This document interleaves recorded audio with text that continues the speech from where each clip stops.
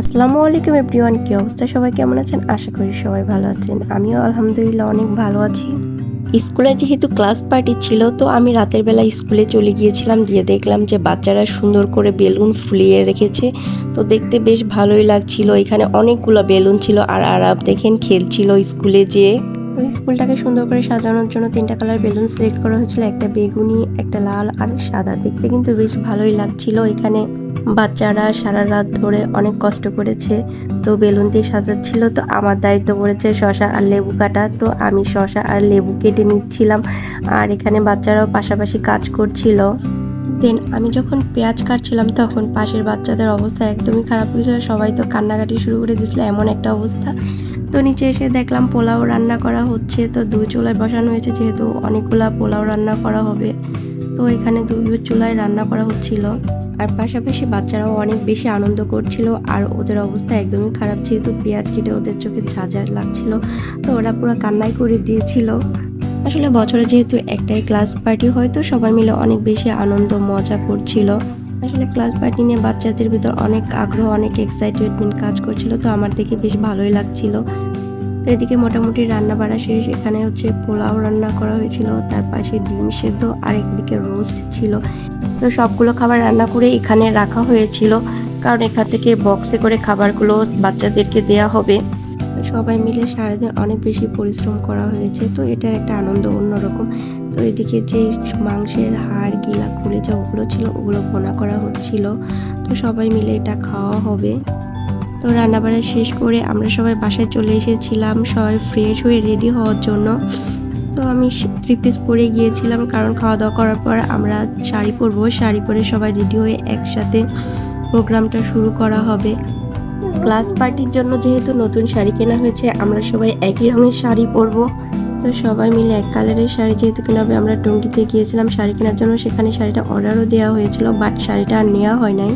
দেন আমাদের নিউ মার্কেটে গিয়ে 2 ম্যাডাম গিয়ে শাড়িটা পেয়েছিল, বাট সব কালার একসাথে পাওয়া যায় নাই, কারণ আমরা অনেকগুলো শাড়ি নেব, তো সেখানে অ্যাভেলেবেল ছিল না। তো সেখানে আমাদের 5টা কালার একসাথে পেয়েছিল, আর অন্য 3টা কালার নেওয়া হয়েছিল। তো সবার যার যার যেটা পছন্দ হয়েছিল, তো সেই কালারটা নিয়েছিল। তো যে শাড়িটা আমাদের কেনা হয়েছিল, সেই শাড়িটা সবারই অনেক বেশি পছন্দ হয়েছিল, আর সবাই অনেক বেশি খুশিও ছিল, কারণ যেটা সবাই সিলেক্ট করেছিল সেই শাড়িটাই সবাই পেয়েছে।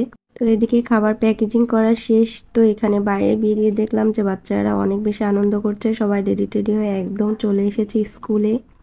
সবাইকে তো অনেক বেশি সুন্দর লাগছিল, এক একটা রাজকন্যার মতো লাগছিল। সবাইকে খুব সুন্দর লাগছিল এদিকে। আর স্কুলটা দেখেন বাচ্চারা কত সুন্দর করে সাজিয়ে নিয়েছে, আর সবাইকেই তো সুন্দর লাগছিল। এদিকে লাল, বেগুনি, সাদা বেলুন দিয়ে কি সুন্দর করে সবাই মিলে সাজিয়েছে। আমার তো খুবই ভালো লাগছে। তো ডেকোরেশনটা কেমন লেগেছে সবাই জানাবেন। তো ক্লাস পার্টি দেখার জন্য অনেকেই চলে এসেছে। এখানে ক্লাস পার্টি 2024 লেখা ছিল। ক্লাস পার্টি নিয়ে সবাই অনেক বেশি আনন্দিত ছিল, সবাই অনেক সুন্দর করে সেজে টেজে এসেছে। তো আমার খুব ভালো লাগছিল। এখানে বাচ্চাদের ভিতর যে এত এক্সাইটমেন্ট, সারা রাত ধরে তারা বেলুন ফুলিয়েছে এবং অনেক সুন্দর করে সাজিয়েছে। এদিকে বাচ্চারা নাচের প্র্যাকটিস করছিল। আসলে সারা বছর তো আর ক্লাস পার্টি করা হয় নাই, বছরে একটা দিনই ক্লাস পার্টি করা হয়।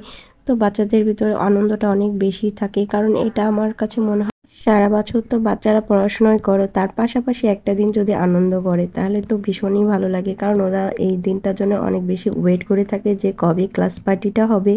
তো এদিকে খাবার প্যাকেজিং করার পরে খাবারটা এত বেশি হয়ে গিয়েছিল যে কোনোভাবে আমি বক্সটা লাগাতে পারছিলাম না, খাবারটা একদমই পড়ে যাচ্ছিল। দেন আমরা বক্সের চারপাশে কসটেপ লাগিয়ে দিচ্ছিলাম, যাতে কোনোভাবে খাবারটা নষ্ট না হয়। অনেক সময় খাবারটা ফেলে দিতে পারে, কারণ বক্সটা যেহেতু মুখ আর লাগছিল না, তো বক্স থেকে খাবারটা যেন পড়ে না যায়, তো সেই ব্যবস্থায় করা হচ্ছিল। তো এত বেশি খাবার দেওয়া হয়েছিল যে কসটেপ দিয়েও কোনোভাবেই খাবারের মুখটা আটকাতে পারছিলাম না।